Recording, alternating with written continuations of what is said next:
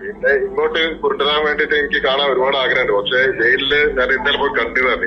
ഈ ചങ്ങലട്ട രൂപത്തില് ഞാൻ കാണണ്ടെന്നുള്ള ഇതിലാണ് ഞാൻ തടസ്സപ്പെടുത്തി പോയി കമ്മിറ്റിക്കാരെല്ലാം പറഞ്ഞതും ജയിലിൽ വെച്ച് കാണുന്ന എനിക്ക് മാനസികാവസ്ഥ മോശമായിട്ടാണ്. ഇത്രയും കാലങ്ങൾ ആ ഒരു അവസ്ഥയിലുള്ള നിങ്ങൾക്കും എന്താ നാട്ടിൽ. ഹായ് ഫ്രണ്ട്സ്, അസ്സലാമു അലൈക്കും. അബ്ദുറഹീം എന്ന് പറയുന്ന സഹോദരൻ അനുഭവിച്ച വേദന ചില്ലറ വേദനയൊന്നുമല്ല. എന്താ പറയുക, 18 വർഷക്കാലമായി കാരാഗ്രഹം അനുഭവിക്കാൻ തുടങ്ങിയിട്ട്. നമുക്കൊക്കെ 18 വർഷം എന്ന് പറയുന്നത് നിസ്സാരമായി തോന്നും. പക്ഷേ 18 വർഷം എന്ന് പറയുന്നത് ചെറിയൊരു വർഷമൊന്നുമല്ല. എന്താ പറയുക, ചങ്ങലയ്ക്കുള്ളിൽ ഇപ്പോൾ ആ ഒരു ഇത് കേട്ടില്ല, ചങ്ങലയ്ക്കുള്ളിൽ വർഷങ്ങളോളം കിടക്കേണ്ടി വരുന്ന അവസ്ഥ.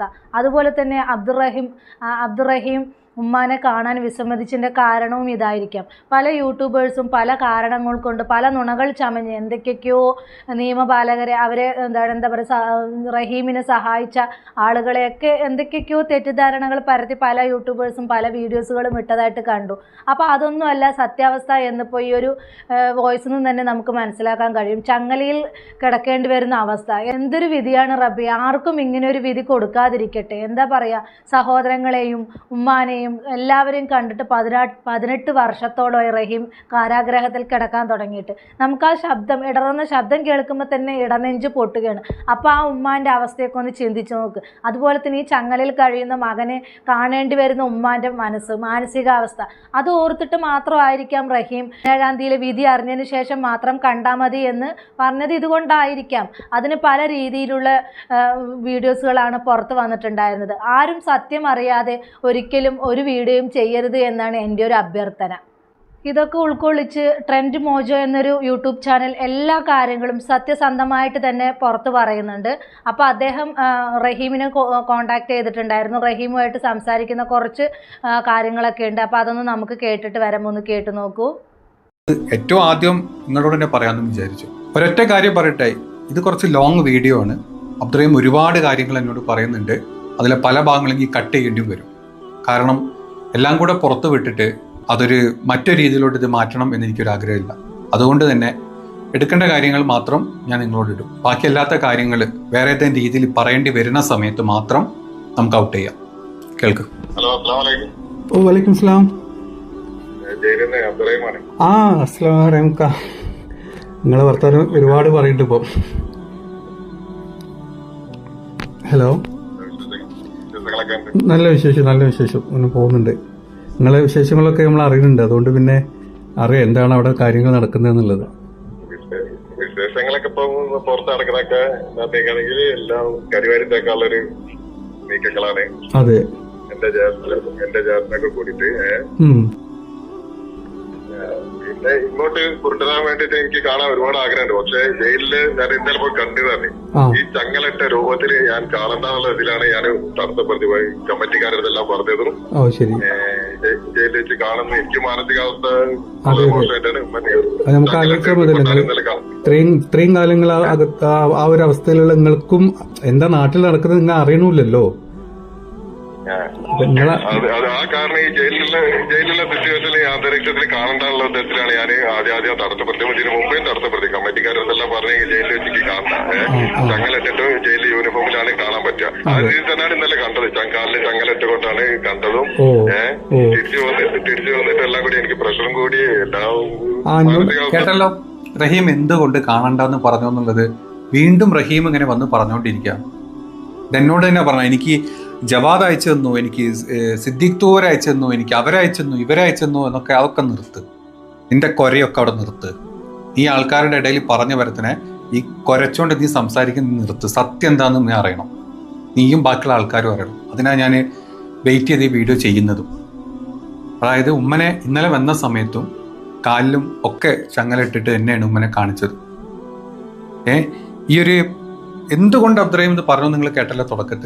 തുടക്കത്തിൽ പറഞ്ഞു. അതായത് പലവട്ടം ഉമ്മനോട് കാര്യം പറയാൻ വിളിച്ച സമയത്തും പല രീതിയിൽ ഉമ്മനെ കോണ്ടാക്ട് ചെയ്യാൻ അബ്ദുറഹീം വിളിച്ച സമയത്ത് ഫോണ് കൊടുക്കാണ്ട് ആ ഉമ്മക്ക് അറിയില്ല ഇങ്ങനെയാണ് അവിടെ ഉള്ളത് അവസ്ഥ. ആ ഉമ്മനോട് ഉമ്മ എൻ്റെ അവസ്ഥ ഇങ്ങനെയാണ്, നിങ്ങൾ ഇങ്ങോട്ട് വരണ്ട, ഞാൻ അങ്ങോട്ട് വരും, വന്നിട്ട് കാണാം എന്ന് പറയാൻ വേണ്ടിയിട്ടാണ് അബ്ദുറഹീം വിളിച്ചുകൊണ്ടിരിക്കുന്നത്. ആ സമയത്താണ് ഫോൺ മാറ്റി വെച്ചിട്ട് ഉമ്മൻ്റെ ഫോൺ സ്വിച്ച് ഓഫ് ചെയ്ത് വെച്ചിട്ടും ഉമ്മൻ്റെ അടുത്തേക്ക് ഈ സംഭവങ്ങൾ എത്തിച്ചിട്ടില്ല. എന്തിനാ ഇവർ ഈ ഫ്രോഡ് കളിച്ചത് ഇവിടെ? അവിടെ അതുകൊണ്ടല്ലേ അബ്ദുറഹീം കള്ളന്മാരുടെ കൂടെ വരല്ലേ എന്ന് പറയാനുള്ള വീഡിയോ ഇടേണ്ടി വന്നത്, അല്ലെങ്കിൽ ആ ഒരു ക്ലിപ്പ് നമ്മൾ കേൾക്കേണ്ടി വന്നത്? ഇതിപ്പോഴെങ്കിലും ആൾക്കാർക്ക് മനസ്സിലാവുന്നുണ്ട്. അബ്ദുറഹീമിന്റെ മനസ്സിന്റെ അവസ്ഥ മനസ്സിലാക്കണം. ഇവരിപ്പോ പറയണത് ഈ കമ്മിറ്റിനെ അതുപോലെ ജവാദ് നിങ്ങളെ വിളിച്ച് പലതും പറഞ്ഞു തന്ന് ജവാദ് നിങ്ങളെ പറ്റിക്കുകയാണ്, കമ്മിറ്റിക്കാര് സിദ്ദീഖ് പറ്റിക്കുകയാണ്. ഒരിക്കലും ഒരാളും പറ്റില്ല. ഞാൻ കാരണം എന്റെ ഒരു മാനസികാവസ്ഥ കൊണ്ടാണ് പറഞ്ഞ ജയിലിലൊരു ഈ സിറ്റുവേഷനിൽ കാണണ്ട. അതെ, നമ്മളും അത് തന്നെയാണ് നമ്മളെ വീഡിയോ നമ്മൾ അതാ പറഞ്ഞത്. എനിക്ക് ഉമ്മനോടുള്ള സ്നേഹം, ഞാൻ ഉമ്മനെ വിളിക്കുമ്പോൾ ഉമ്മന്റെ ഫോൺ ഓഫാക്കി വെക്കും, അല്ലെങ്കിൽ ഫോൺ കട്ട്. പിന്നെ ഞാൻ ഉമ്മേന്റെ സംസാരിക്കുന്നത് അവർ റെക്കോർഡ് ചെയ്ത് മറ്റുള്ളവർക്ക് അയച്ചു കൊടുക്കരുത്. ഇത്രയും വൃത്തകരെല്ലാം കാണിക്കുന്നു. ഭയങ്കര ഇപ്പൊ എല്ലാം കഴിഞ്ഞ് പുറത്തിറങ്ങുന്ന കണ്ടപ്പോ ഇപ്പം പല പുതിയ പല ആൾക്കാരും പേരെടുക്കാൻ വന്നിട്ടുണ്ട് അല്ലേ? ഇത്രയും കാലം സഹായിച്ച അശ്വകാട്ട് ഇന്ത്യൻ എംബസിയും ഈ സിദ്ദീഖും സൂര്യ നല്ല വ്യക്തിയൊക്കെ തന്നെ ഒരുപാട് സഹായിച്ചു. കേട്ടല്ലോ, ഈ അവസാനത്തേക്ക് ഈ കുറ്റിച്ചൂലൊക്കെ എവിടുന്ന് പറിച്ചു വരുന്നതാ മനസ്സിലാവാത്തത്. ഉമ്മനെ വിളിക്കുന്ന സമയത്ത് ആ കോൾ റെക്കോർഡിംഗ് എടുത്തിട്ട് പലർക്കും അയച്ചു കൊടുക്കുക, കണ്ട യൂട്യൂബേഴ്സിനും അവർക്കും ഇവർക്കൊക്കെ അയച്ചു കൊടുത്തിട്ട് ആവശ്യമില്ലാത്ത തെറ്റിദ്ധാരണകൾ ഉണ്ടാക്കുക. പിന്നെ അതിന്റെ കൂടെ തന്നെ പുതിയ ആൾക്കാർ തലപൊക്കി വരിക പല രീതിയിൽ. ഈ ചൂലും ഈ മറ്റേ കൗങ്ങോലും കൽക്കോലും ഇതെല്ലാം കൂടെ ഇങ്ങോട്ട് പോയിട്ട് ഈ പറഞ്ഞ ഉമ്മനെയും അബ്ദുറഹീമിന്റെ ഒക്കെ മനസ്സിനെ വിഷമിപ്പിക്കുക. ഈ അവസ്ഥയിലെ കാര്യങ്ങൾ പോയിക്കൊണ്ടിരുന്നത്. ഉമ്മ കണ്ടു സന്തോഷിച്ചു, ഒക്കെ ഭയങ്കര നല്ല കാര്യം. പക്ഷെ അത് എന്തുകൊണ്ട് തടഞ്ഞു എന്നുള്ളത് നമ്മൾ വ്യക്തമാക്കിയപ്പോൾ നമ്മളൊക്കെ വെറും ഒന്നും അല്ലാത്തവന്മാരായി പോയി. ജനങ്ങളുടെ സഹായം കൊണ്ടാണ് ഇത്രയും എല്ലാം വധശിക്ഷ ഒഴിവാക്കി തന്നെ. അലഹംദുലില്ല, വധശിക്ഷ ഒഴിവാക്കി തന്നതിന് വലിയൊരു അള്ളാന്റെ അനുഗ്രഹം കൊണ്ടും ജനങ്ങളുടെ സഹായം കൊണ്ടാണ് എല്ലാം ജനങ്ങൾക്ക് നന്ദി കടന്നു.